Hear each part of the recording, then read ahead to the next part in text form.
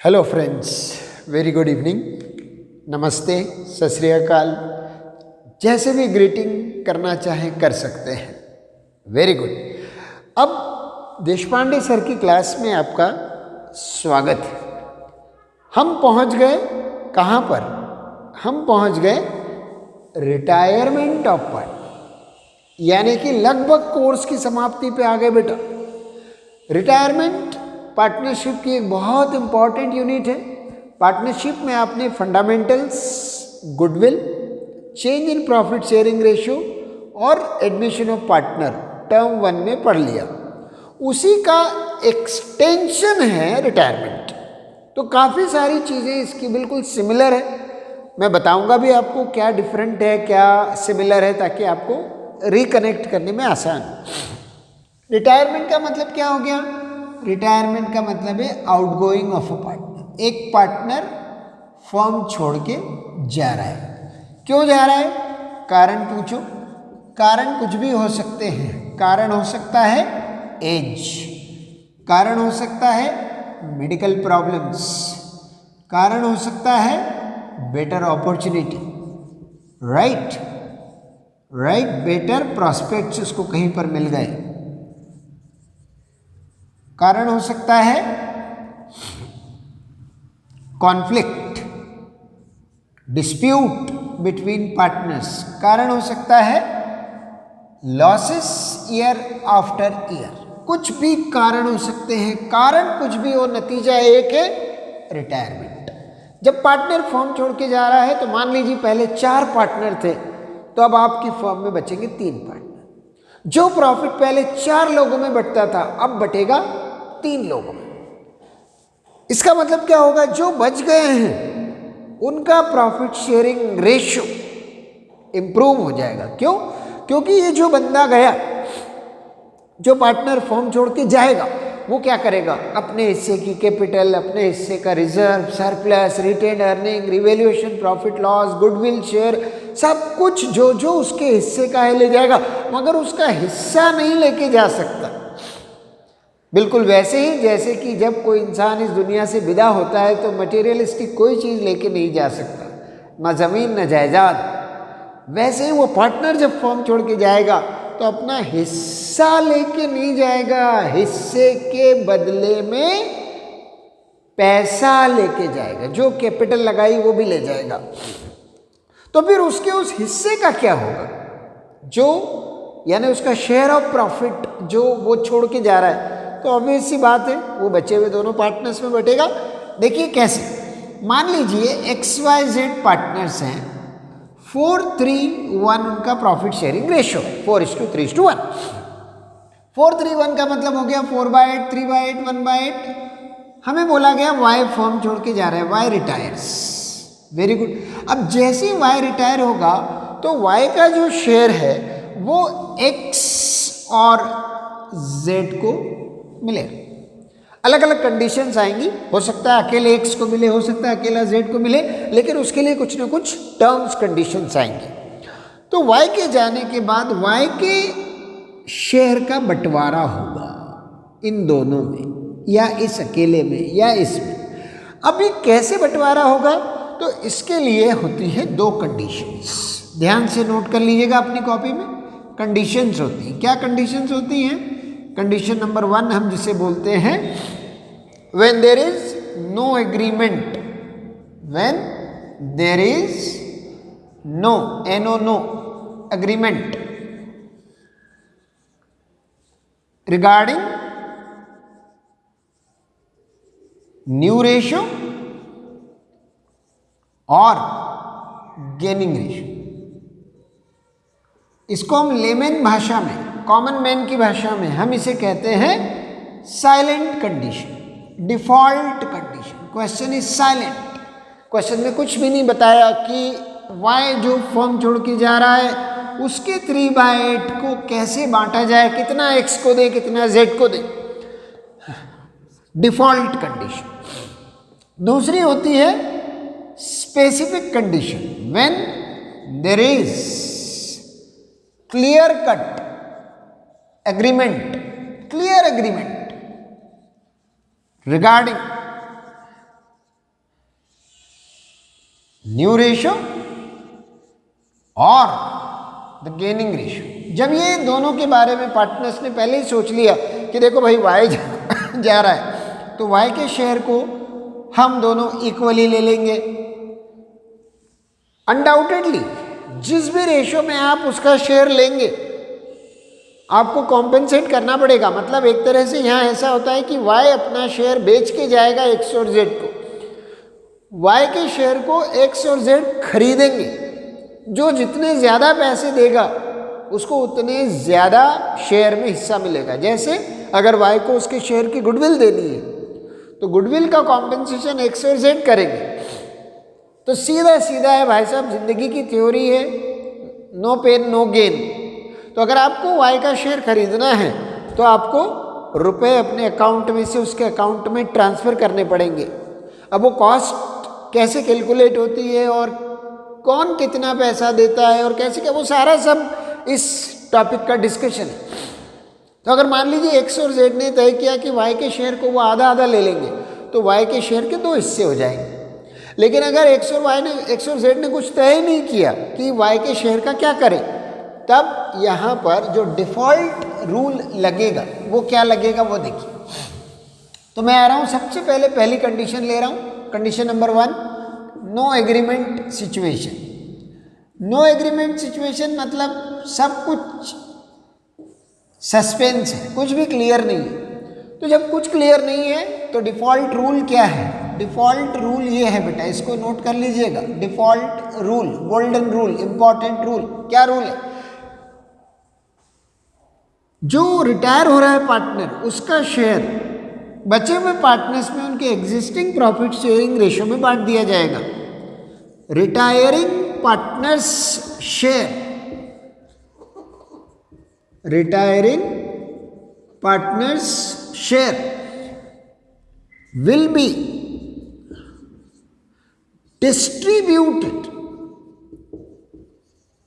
between remaining partners, all the remaining partners in their existing profit sharing ratio. ये बहुत ही important rule. Retiring partner share, कौन retire हुआ? Y retire हुआ है, तो वाई का शेयर बताओ कितना है? वाई का शेयर है 3/8। Will be distributed between remaining partners कौन है? X and Z in their existing PSR. उनका एग्जिस्टिंग पीएसआर क्या है? ध्यान से देखिए, 4:3:1 उनका रेशो है बेटा। ये गया तो इनका रेशो बनता है 4:1। हाँ, सही बात कही है आपने, ये बन जाएगा default gaining ratio. What is default gaining ratio? Default gaining ratio is the existing profit sharing ratio. तो वाई के शेयर के हम 2 टुकड़े करेंगे 4:1 के रेशो। 4:1 मतलब क्या हो गया? ये रहा वाई का शेयर 3/8, इसके कर रहा हूं मैं 2 पार्ट। 3/8 इंटू 4/5। 4/5 कैसे आया? देखो डिफॉल्ट गेनिंग रेशियो 4:1 बना, 4 + 1 5, यानी 4/5 और 1/5। तो 3/8 का 4/5 यानी 12/40 ये मिलेगा एक्स को। ये हो गया X's gain out of Y share. Similarly 3/8 into 1/5 3/40 ये हो गया जेड्स gain out of Y share. बस बेटा, आपने अगर इसकी विरासत के 2 टुकड़े कर दिए, एक एक्स को दे दिया, एक जेड को दे दिया, कुछ भी नहीं करना। बस अब ये जो गेन है, जी फॉर गेन, ये गेन आप उनके एग्जिस्टिंग रेशो में ऐड कर दीजिए, ओल्ड प्रॉफिट शेयरिंग रेशो में ऐड कर दीजिए। एक फॉर्मूला बनेगा, old plus gain, old share plus share gain. इसको ऐसे सिस्टमैटिकली लिख लीजिए, old share plus the share gain will be equal to what? Will be equal to new share. देखो बेटा x के पास पहले कितना था 4/8, 4:3:1, 4/8, 3/8, 1/8, ये कहलाएगा इनका ओल्ड रेशियो। 4/8 में अगर हम इसका जो गेन है 12/40 ऐड कर दें तो ये आ जाएगा इसका नया शेयर। देखिए कैसे, इन दोनों का एलसीएम लीजिए, 8 और 40 का एलसीएम आएगा 40। अब इसको इतना तो आपने क्लास 4, 5, 6, 7, 8 में पढ़ा होगा, फ्रैक्शन के प्लस माइनस, दोनों का एलसीएम आया 40, 8 5 45, 4 20 और ये 12 और ये हो गया 32/40, ये इसका न्यू शेयर हो गया। सिमिलरली z के पास पहले कितना था, z 1/8 का पार्टनर था, उसको कितना गेन हुआ 3/40 गेन हुआ। चलिए लिखिए, दोनों का एलसीएम 40, 5 + 3 8/40, ये इसका न्यू आ गया। आंसर आ गया न्यू रेशियो।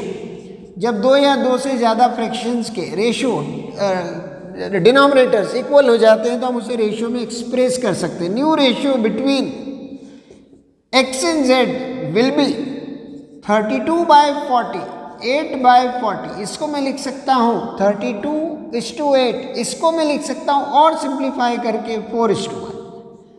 यस, बहुत सही कहा आपने। इन दोनों के बीच में पहले भी रेशियो 4:3:1 अगर था और y चला गया तो देखिए पहले भी रेशियो 4:1 था, इनका डिफॉल्ट गेनिंग रेशियो भी 4:1 रहा और इनका न्यू रेशियो भी 4:1 है। इससे अपन ये कहना चाह रहे हैं कि अगर क्वेश्चन साइलेंट कंडीशन का है, जहां कुछ भी डिसाइड नहीं हुआ है कि रिटायरिंग पार्टनर के शेयर को कैसे बांटा जाएगा, कुछ नहीं बताया, तो क्या करना, बहुत सिंपल काम करना, जो पार्टनर रिटायर हो रहा है उसके शेयर को छुपा लेना, जो बचेगा वही नया रेशियो और वही गेनिंग रेशियो होगा। छोटा सा एग्जांपल देखो, ऑब्जर्वेशन मेथड, बहुत simple example, A B C are partners, 2:3:1 is the profit sharing ratio. अब मैं अगर कहूं कि ए रिटायर हुआ, राइट, अगर ए रिटायर होता है तो बचेगा कौन, बी और सी। ए को छुपाओ, ये जो बचा यही उनका नया रेशियो, यही उनका गेनिंग रेशियो न्यू रेशियो, यानी जाने वाले को छुपाओ, बचा हुआ नया भी रेशियो आएगा, गेनिंग रेशियो भी आएगा। मान लीजिए बी रिटायर होता, सपोज बी रिटायर्स, बी को छुपाओ, ए और सी के बीच में क्या बचेगा, गेनिंग रेशियो 2:1, न्यू रेशियो 2:1। मान लीजिए सी रिटायर होता है, सी रिटायर्स, तो बचेगा कौन, ए और बी। ए और बी के बीच में क्या रेशियो चल रहा है, 2:3, यही उनका गेनिंग रेशियो और ये उनका न्यू रेशियो होगा। मतलब सिंपल सी बात है, अगर क्वेश्चन में कुछ भी डिसीजन आपको नहीं दिया है about new ratio and gaining ratio, तो hide the partner who is leaving, who is retiring. बचा कुचा नया रेशियो भी है, बचा कुचा गेनिंग रेशियो भी है। आपको जहां नया रेशियो लगाना है नया रेशियो लगा लीजिए, जहां गेनिंग रेशियो लगाना है वहां गेनिंग रेशियो लगा लीजिए। प्रॉब्लम कब आती है, प्रॉब्लम तब आती है जब स्पेसिफिक कंडीशन का क्वेश्चन होता है, जहां पर ये मेंशन्ड होता है कि रिटायरिंग पार्टनर के शेयर को कैसे बांटा जाएगा। और मैं तो कहता हूं इसमें भी कोई प्रॉब्लम नहीं आती, क्योंकि बहुत अच्छा है, सामने वाले ने खुद ही बता दिया कि जो रिटायर हो रहा है उसके शेयर को कैसे बांटा जाए। देखिए एग्जाम्पल, वंस अगेन बहुत बढ़िया एग्जाम्पल बता रहा हूं आपके सामने। XYZ पार्टनर्स थे, जैसा हमारा पहला क्वेश्चन था, 4:3:1 का रेशियो है, 4/8, 3/8, 1/8। मान लीजिए Y रिटायर हो रहा है, Y retires, very good, Y retire हुआ और इट वॉज एग्रीड, यहां लिखा है it was agreed that Y share will be taken over by X and Z equally. अब बेटा ये आपको गिवन रहेगा, कुछ ना कुछ ऐसा गिवन रहेगा, या तो नया रेशियो गिवन रहेगा, Y के जाने के बाद नया रेशियो क्या है वो गिवन रहेगा, या Y के शेयर को ये किस रेशियो में उठा रहे वो गिवन रहेगा। तो मुझे कहा कि y का शेयर इक्वली उठाना, इक्वली मतलब 1:1। तो गिवन क्या होगा, गिवन गेनिंग रेशियो 1:1। कौन जा रहा है, y शेयर 3/8, 3/8 के 2 टुकड़े कर लीजिए, आधा आधा, हाफ ऑफ 3/8 3/16, हाफ ऑफ 3/8, अरे वही तो आएगा, किसी चीज के 2 बराबर टुकड़े करोगे तो वैल्यू वही आएगी, 3/16 3/16, ये आ गए इनके रिस्पेक्टिव गेन्स। अब आपको क्या करना है, कुछ भी नहीं, सिंपल सी बात। क्या बात, old plus gain is new. क्या करेंगे, x का ओल्ड 4/8, x का गेन 3/16, सॉल्व कीजिए, 16 एलसीएम होगा, 8 + 3 11/60। z का ओल्ड शेयर 1/8, उसका गेन 3/16, 16, 2 + 3 5/16। आंसर होगा न्यू रेशो 11:5, गेनिंग रेशो 1:1। ये गिवन था क्वेश्चन, आपने नहीं कैलकुलेट किया। डिफॉल्ट कंडीशन में गेनिंग रेशो आप मानते हैं, स्पेसिफिक कंडीशन में या तो गिवन रहता है या आप निकालते हैं। गेनिंग रेशो कैसे निकालेंगे, कुछ नहीं, इसी फॉर्मूले को थोड़ा सा मॉडिफाई कर लीजिए। ओल्ड प्लस गेन अगर न्यू होता है तो न्यू माइनस ओल्ड आपको गेन देगा। तो अगर नया रेशो भी दिया हो, मान लीजिए क्वेश्चन ऐसा है, जल्दी देखिए फटाफट, इन सारी चीज़ों में बहुत ज़्यादा समय बर्बाद नहीं करना चाहिए। मान लीजिए आपको ऐसा दिया, x, y, z are partners 4, 3, 1, y retired, ठीक है बेटा, y retires, new ratio agreed, new ratio between x and z 1:1, ये नया रेशियो दे दिया। आपको कुछ भी नहीं करना, न्यू माइनस ओल्ड, एडमिशन का याद होगा आपको, ओल्ड माइनस न्यू सेक्रीफाइस होता था, माइनस में सेक्रीफाइस को गेन बोलते थे, यहाँ होगा new minus old, new minus old is equal to gain. Minus में गेन आए कभी तो वो कहलाएगा सेक्रीफाइस। उल्टा क्यों करते हैं, वहाँ ओल्ड माइनस न्यू और यहाँ न्यू माइनस ओल्ड क्यों करते हैं? अरे भाई साहब, बड़े नंबर से छोटे नंबर को घटाने की परंपरा है। वहाँ क्या होता था, वहाँ ओल्ड रेशियो बड़ा होता था, न्यू छोटा होता था, क्योंकि वहाँ एक पार्टनर और आके जुड़ता है। जब एक और पार्टनर आपकी फर्म को ज्वाइन करता है तो नंबर ऑफ पार्टनर्स बांटने वाले बढ़ जाते हैं, तो शेयर सभी का काम होता है, वहाँ सेक्रीफाइस होता है, यहाँ रिटायरमेंट में गेन होता है। तो ये बड़ा होगा, ये छोटा होगा, बड़े से छोटे को माइनस करेंगे, इसलिए फॉर्मूले को शफल करते हैं और कुछ भी नहीं है। अब क्या हो गया, वाई रिटायर हो गया, कौन बचा, x का नया शेयर क्या, देखो एग्रीड है, क्वेश्चन में मेंशन है, न्यू रेशियो विल बी 1:1, तो हाफ इसका हो गया नया रेशियो। पुराना कितना था, 4/8, हाफ और 4/8 एक ही होते, 0 आ गया, मतलब इसको no gain no sacrifice, no gain no sacrifice, मतलब y के जाने से x को कोई फर्क नहीं पड़ रहा, उसका शेयर पहले भी 50% था, बाद में भी उसका शेयर 50% हो रहा है, सारा फर्क z को पड़ा, z का नया शेयर हाफ, z को पहले मिलता था 1/8, अब देखिए z को कितना फर्क पड़ गया, 4 - 1 3/8, ये पूरा गेन, यानी पूरे का पूरा जो y का शेयर था वो z की झोली में गिर गया। रिटायरिंग पार्टनर का शेयर किसकी झोली में गिरेगा, इसके ऊपर पार्टनर्स आपस में बात करके डिसाइड कर सकते हैं, लेकिन जिसकी भी झोली में गिरेगा उसे बहुत ज़्यादा खुश होने की ज़रूरत नहीं है, इसके बदले में उसे कॉम्पनसेशन देना पड़ेगा। ये सर कॉम्पनसेशन क्या कर रहे हो आप बहुत देर से, चलो तो आते हैं टॉपिक बदलते हैं, टॉपिक है अगला गुडविल। कोई भी पार्टनर रिटायर होगा अपने हिस्से की गुडविल छोड़ के नहीं जाएगा, लेके जाएगा, गुडविल नहीं ले जाएगा, गुडविल के लिए पैसा लेके जाएगा। Treatment of goodwill, treatment of goodwill according to accounting standard 26, goodwill being an intangible asset, accounting standard 26 issued by ICAI says very clearly that only purchased goodwill should be shown in the books of accounts.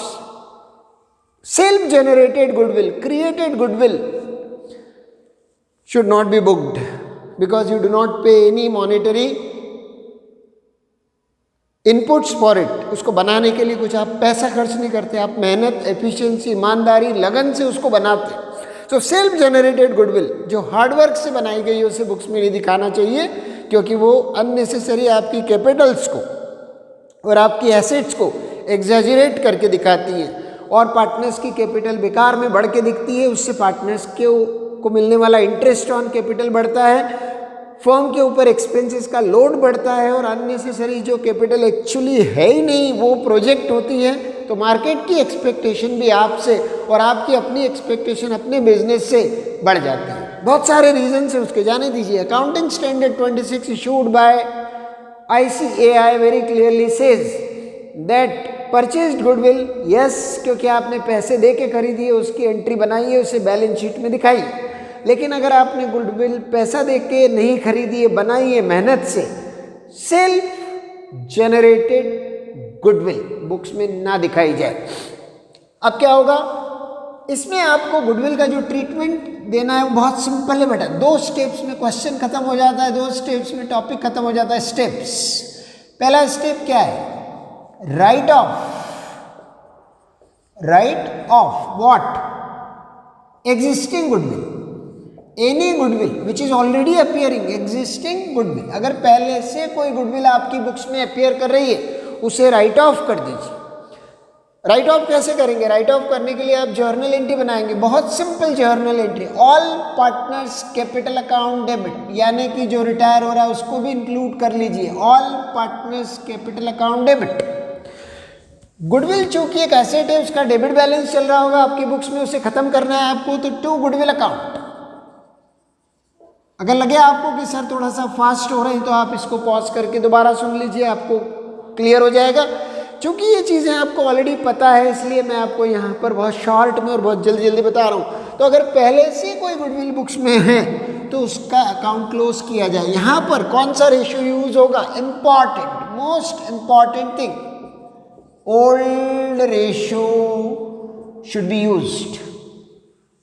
तो आप question को check करें। अगर मान लीजिए आपको दिखता है वहां लिखा हुआ there was a goodwill account already appearing in books at rupees 10,000 20,000, कोई भी अमाउंट, खत्म कर दीजिए, क्योंकि गुडविल इंटेंजिबल है, बुक्स में दिखाना नहीं है। वायलेशन ऑफ अकाउंटिंग स्टैंडर्ड 26, तो उसे सुधारिए। गुडविल बनाई, जब मान लीजिए गुडविल को अपन ने बुक किया बुक्स में, तो एंट्री बनाई होगी goodwill to partners capital, goodwill raise करने की entry, goodwill to partners capital, goodwill को हटाने की entry, partners capital to goodwill. एक गुडविल की वेलकम एंट्री है, एक गुडविल की फेयरवेल एंट्री है। गुडविल की वेलकम एंट्री क्या है, goodwill account debit to partners capital account. Goodwill की फेयरवेल एंट्री क्या है, partners capital account debit to goodwill. तो ये ऑपोजिट हो गया। अब सेकंड स्टेप है एडजस्टमेंट एंट्री, यानी कॉम्पनसेशन एंट्री। जो पार्टनर फर्म छोड़ के जा रहा है वो बोलेगा मेरे हिस्से की गुडविल का पैसा मुझे दो, क्योंकि ये जो गुडविल आज तक बनी है उसमें मेरा भी हाथ है, उसमें मेरा भी कंट्रीब्यूशन है। मैं तो जा रहा हूँ, कल से मैं इस फर्म में प्रॉफिट शेयर नहीं करूँगा, लेकिन मेरी बनाई हुई गुडविल से प्रॉफिट आता रहेगा और तुम उसको एंजॉय करते रहोगे। तो मेरे प्यारे दोस्तों, मुझे मेरा हिस्सा चाहिए, देना पड़ेगा।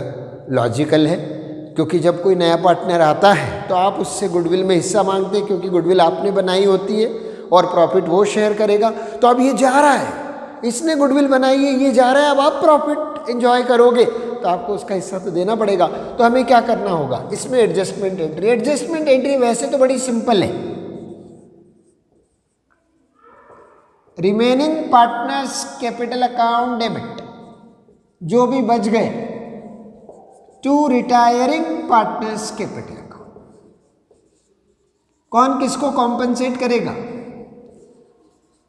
Remaining to retiring. लेकिन ये होगा कौन से रेशो में, ये हमेशा गेनिंग रेशो और सेक्रीफाइसिंग रेशो में होगा। तो लिखने में तो ऐसा लिख सकते हैं रिमेनिंग टू रिटायरिंग, लेकिन सबके सब रिमेनिंग जो हैं वो गेन करें जरूरी नहीं। अब भी मैंने आपको जो क्वेश्चन करके दिखाया था जिसमें एक्स का गेन 0 आ रहा था, तो एक्स बोल रहा मुझे वाई के जाने से कोई फर्क नहीं पड़ रहा, ना फायदा हो रहा ना नुकसान हो रहा, तो मैं कॉम्पनसेशन क्यों दूं, मेरा जो शेयर पहले था वही बाद में भी है, पूरा का पूरा गेन जेड को हो रहा है तो जेड कॉम्पनसेट करेगा। मतलब इसमें हल्का सा मॉडिफिकेशन बेटा अपन ऐसा डाल सकते हैं, gaining partners capital account debit, जो गेन करेगा, very good, gaining partners capital account debit to sacrificing partners capital account. ये एग्जैक्टली आपको सही याद आ गया बेटा, आपने एकदम सही कहा। ये चेंज इन पीएसआर में आपने ऐसा ही पढ़ा था, adjustment entry, compensation entry. Compensation entry में कौन किसको कॉम्पनसेट करेगा, तो भैया जो गेन करेगा वो सेक्रीफाइस करने वाले को कॉम्पनसेट करेगा। जिसका प्रमोशन हुआ है वो पार्टी देगा और जिसका डिमोशन हुआ है वो पार्टी लेगा। तो वाई फॉर्म छोड़ के जा रहा है तो वाई बोलेगा मुझे दो, और प्रमोशन किसका हुआ, जेड का अकेले का, तो जेड अकेला देगा। एक्स बोलेगा ना तो मेरा प्रमोशन हुआ ना डिमोशन हुआ, आई एम आउट बॉस, ले लो आपस में, तुम एक दूसरे में कर लो। तो gaining partner to sacrificing partners capital account. अब ये दो ही एंट्री और दो ही स्टेप में आपका मैक्सिमम काम खत्म हो जाता है। अपन थोड़ा सा सोच के देखें, मान लीजिए एक्स वाई जेड पार्टनर्स हैं, 4:3:1 रेशो है, वाई हमारा जो है फॉर्म छोड़ के जा रहा है, वाई रिटायर्स, राइट। और हमें बताया है गुडविल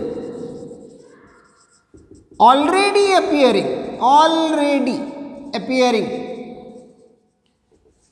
एट ₹30,000, 30,000 पे गुडविल बुक्स में ऑलरेडी दिख रही थी। और दूसरा पॉइंट बताया, on wise retirement goodwill was valued at ₹1,50,000। जिस दिन वाई का रिटायरमेंट हुआ उस दिन फर्म की गुडविल 1.5 लाख रुपए की थी। तो भाई साहब ये वाई की भी मेहनत है इसमें, एक्स वाई जेड तीनों ने मिलके गुडविल बनाई है। वाई तो चला जाएगा, नाम रह जाएगा, मार्केट शेयर यही रह जाएगा, प्रॉफिट तो सबको मिलेगा। तो जो भी गेन करेंगे वो सेक्रीफाइस करने वाले को कॉम्पनसेट करेंगे। तो अब क्या होगा, हमारी दो एंट्रीज इस तरह से बनेगी। पहले हम पहले से पड़ी हुई गुडविल को राइट ऑफ करेंगे, 30,000 की एंट्री हम हटाएंगे, x capital account debit 4/8 of 30,000, wise capital account debit 3/8 of 30,000, Jades capital account debit 1/8 of 30,000। 30,000 के 4 हिस्से होते हैं 7,500 और 8 हिस्से हो जाएंगे 3,750। 3,750 को 4 से मल्टीप्लाई करेंगे बेटा अगर आप, तो मिलेगा 15,000। नहीं 15,000 कैसे मिल जाएगा, यस 11,250, 3,750 टू गुडविल। क्या कुछ बात समझ आई? हाँ बिल्कुल आ गई, बहुत बढ़िया, बहुत समझदार बच्चे हैं आप, जल्दी जल्दी समझते हैं। अब क्या, अब कौन गया, वाई गया, Y retired, very good, Y retire हो गया, वाई रिटायर हो गया। वाई का शेयर ढूंढो कितना है, वाई शेयर 3/8, फर्म की गुडविल कितनी है 1.5 लाख, 1.5 लाख का 3/8 निकालिए जल्दी से, 5 गुना कर लीजिए इसका, जो 3/8 30,000 है तो 56,250, 56,250 वाई को चाहिए। वाई बोलेगा मुझे पैसे चाहिए, कौन देगा, जो भी गेन करेगा वो दो, सामने आ जाओ। एक्स बोल रहा मैंने तो गेन किया ही नहीं, अभी आपने देखा रेशो 0 था, एक्स नहीं देगा, पूरा कंपनसेशन कौन देगा, जेड। एंट्री क्या बनेगी, जेड्स capital account debit to Y's capital account. ये सब डिपेंड करेगा आपके नए रेशो पर या आपके गेनिंग रेशो पर। गेन करने वाला सेक्रीफाइस करने वाले को कॉम्पनसेट करेगा। मान लीजिए मैं यहां पर ये बोल दूं न्यू रेशो वॉज 5:3, ऐसा बोल दिए मैंने, नया ratio, new ratio between x and Z 5:3। ऐसी सूरत में हम क्या करेंगे, फर्स्ट एंट्री में कोई चेंज नहीं आएगा, ये सेम रहेगा।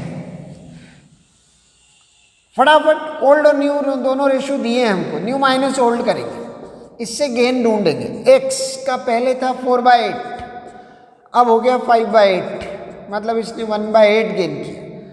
z का पहले था 1/8, अब हो गया 3/8, राइट। गलत किया मैंने, नया 5/8, पुराना 4/8, इसने 1/8 गेन किया। नया 3/8, पुराना 1/8, इसने 2/8 गेन किया। गेन गेन, दो या दो से ज़्यादा फ्रैक्शंस का डिनोमिनेटर जब सेम हो जाता है तो उसे रेशो में एक्सप्रेस किया जा सकता है। 1:2 आ गया बेटा गेनिंग रेशो। तो x और z दोनों y को कॉम्पनसेट करेंगे। कैसे कॉम्पनसेट करेंगे? देखिए, उसको तो उतना ही चाहिए, फर्म की गुडविल 1.5 लाख, y का शेयर 3/8, 56,250। देने वाले कौन? x और z 1:2 में। x capital account debit, z capital account debit to y capital account. y के अकाउंट में क्रेडिट आएगा 56,250, 1/3 इसका x देगा। इसका 1/3 निकाल लीजिए जल्दी से, इसका 1/3 14,750 नहीं 18,750, 18,750 और 37,500। कैसे निकाला मैंने? गेनिंग रेशियो मिल गया मुझे 1:2, इसका 1/3, इसका 2/3। जिसने ज़्यादा गेन किया वो ज़्यादा कॉम्पनसेट करेगा, जिसने कम गेन किया वो कम कॉम्पनसेट करेगा। हाँ, कभी ऐसा हो जाता, नया रेशियो 3:5, देख लीजिए जल्दी से, कभी ऐसा होता, मैं क्या करता, न्यू और ओल्ड दोनों दिए हैं, न्यू माइनस ओल्ड करता मैं। x का न्यू रेशियो 3/8, x का ओल्ड रेशियो 4/8, इसका आंसर आ गया -1/8। -1/8, माइनस में गेन का क्या मतलब बताया था मैंने आपको? ओल्ड, न्यू माइनस ओल्ड से मिलेगा गेन। अगर गेन माइनस में आए तो क्या कहलाता है? सेक्रीफाइस। तो ये सेक्रीफाइस कर रहा है, अब ये पैसे देगा नहीं, ये पैसे लेगा। z का नया रेशियो 5/8, z का पुराना रेशियो 1/8, z को जबरदस्त गेन हुआ है। y के जाने से z का बहुत सारा प्रमोशन हो गया, डायरेक्ट मैनेजर से CEO बन गया कंपनी का, भयानक गेन। x को बेचारे को नुकसान हो गया, पता नहीं क्या टर्म्स कंडीशंस रही होंगी कि ऐसा रेशियो इन्होंने तय किया, लेकिन हमें पर्सनली कोई इससे लेना देना नहीं। इमोशनल मत हो जाइए क्वेश्चन के साथ, जो है सामने है। x सेक्रीफाइस कर रहा है, अब x पैसे देगा नहीं, x का नाम यहाँ से हट जाएगा, x मांगने वालों की लिस्ट में आ जाएगा। x बोलेगा मैंने नुकसान सहा है, मुझे कंपनसेशन चाहिए, राइट, मेरा नुकसान हुआ है, मुझे कंपनसेशन दीजिए। y तो जा ही रहा है, तो y का तो नुकसान हो ही रहा है, उसको भी कंपनसेशन चाहिए। इसको कितना कंपनसेशन चाहिए? 1/8, 1/8 ऑफ फर्म्स गुडविल 1.5 लाख, 4 टुकड़े 37,500 आते हैं, है ना। 8 टुकड़े कितने आ जाएंगे? 18,750। इसको चाहिए 18,750। अब कौन बचा देने वाला? सिर्फ ये 4/8 ऑफ 1,50,000। इसने इतना गेन किया है, गेन के बराबर कंपनसेशन देगा। 75,000 ये अकेला पे करेगा। वैसे अब गेन की कीमत तो चुकानी पड़ती है, nothing comes free of cost. इस दुनिया में माँ बाप के प्यार के सिवा कुछ भी फ्री ऑफ कॉस्ट नहीं आता, आपको हर चीज़ की कीमत चुकानी पड़ती है। और घोर कलयुग आगे आ रहा है, पता नहीं ऐसा ना हो, ईश्वर से प्रार्थना है माँ बाप के प्यार की भी कीमत चुकाना पड़े, वैसा होगा नहीं, मेरा परमेश्वर पे पूरा भरोसा है। लेकिन nothing comes free of cost, कुछ भी गेन करने जाएंगे देना तो कुछ पड़ेगा। तो यहाँ पर जेड ने ज़बरदस्त गेन किया, कहाँ से उठ के कहाँ आ गया? 1/8 से उठ के 5/8 पे आ गया, पूरे का पूरा y का शेयर ले लिया, थोड़ा बहुत x में से भी ले लिया, अपने आप को कहाँ पहुँचा दिया। लेकिन कोई बात नहीं, उसके लिए आपको कंपनसेशन देना है। बेटा ये आपके इस चैप्टर का बहुत बड़ा पोर्शन मैंने कवर करा दिया। अब मैं आपसे नेक्स्ट लेक्चर में जब मिलूँगा तो मैं बहुत जल्दी आपको इसका बचा हुआ पोर्शन यानी revaluation account, partners capital account और बैलेंस शीट प्रिपरेशन वैसे तो कोर्स में नहीं है, लेकिन अपन देखेंगे इसलिए कि थोड़ा बहुत आइडिया हो जाए कि हम सही जा रहे हैं कि नहीं, हमारी बैलेंस शीट इक्वल आ रही कि नहीं आ रही। तो ये हमारा नेक्स्ट एजेंडा होगा। Thank you. देखते रहो चैनल, मजा करो। डीपी सर की क्लास आपके अपने देशपांडे सर। डाउट डिफिकल्टीज भेज दो, जितनी भेजोगे उतनी मदद करेंगे। कल का संडे डाउट क्लियरिंग सेशन देखा ना आपने, बच्चों ने मुझे क्वेश्चंस भेजे एनपीओ के, मैंने बराबर सॉल्व करके आपको बताए। आपका स्वागत है, मर्जी आपकी, जितना बेनिफिट लेना है ले लीजिए, बंदा तो खड़ा है। नमस्ते, हैव अ नाइस टाइम।